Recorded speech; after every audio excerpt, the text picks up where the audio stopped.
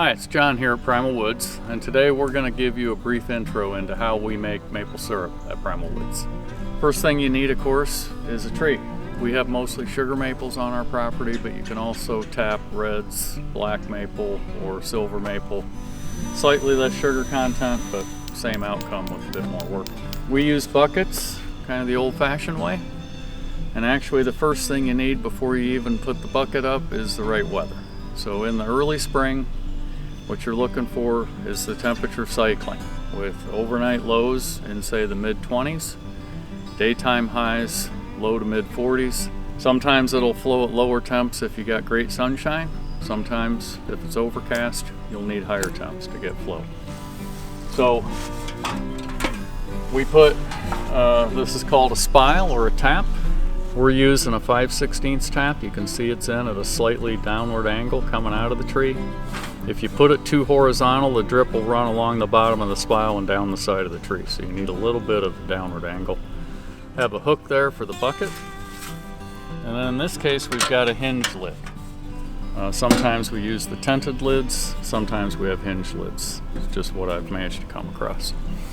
So once that happens, I just keep my eye on the forecast. And when that weather is cycling, as I described before, we'll go out one day after that cycling starts. So it's been overnight. The day before it was below freezing, and then yesterday it was, say, in the mid-40s.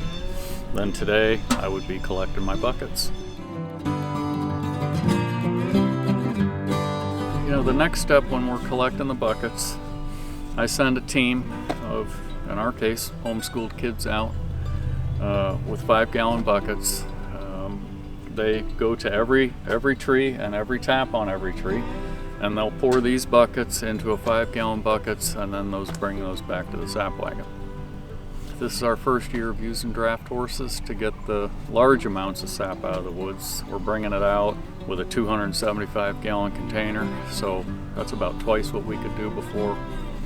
And the horses have less impact on the environment, and it just makes my workforce more productive. So we're really happy to have them this year.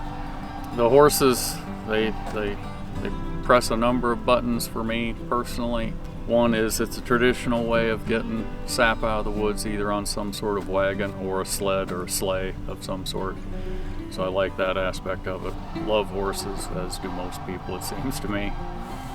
And then I think overall there's less impact on the environment. And we're about a sustainable environment, and not just here locally, but on a larger scale as well. And the horses allow us to collect the sap, move it to the sugar house without using any mechanized equipment, no fuel, no electricity, and we got it back. We got it back at the sugar house. So for all those reasons, I'll say we've graduated to the use of draft horses in our business. Cold sap comes out of our head tank behind me and up to my right. It comes in to this unit, which is called a steam away, where heat off the flue pan preheats it. It then flows down into the flue pan. This is where the bulk of the evaporation occurs. We get concentrated sap out of this piece of equipment. The fire under both these pans is about 1,000 degrees. So they heat up in a hurry, transfer a lot of heat to the sap and the syrup, and it results in a continuous flow operation. So coming off the flue pan is a lot of steam, which in the old time sugar houses, you would have seen that coming out of the cupolas on the top of the building. On ours, we use that steam in step 1 of the 3-step process, which is to preheat the sap. This last section of the evaporator is the syrup pan, sometimes called the finishing pan. What's coming into this pan is already pretty highly concentrated sap, pretty high sugar concentration. Then it's finished here. The temperature is measured by a probe. When it gets to 219, this valve opens and we draw off syrup automatically. So in its simplest context, that's our 3-step process for making syrup.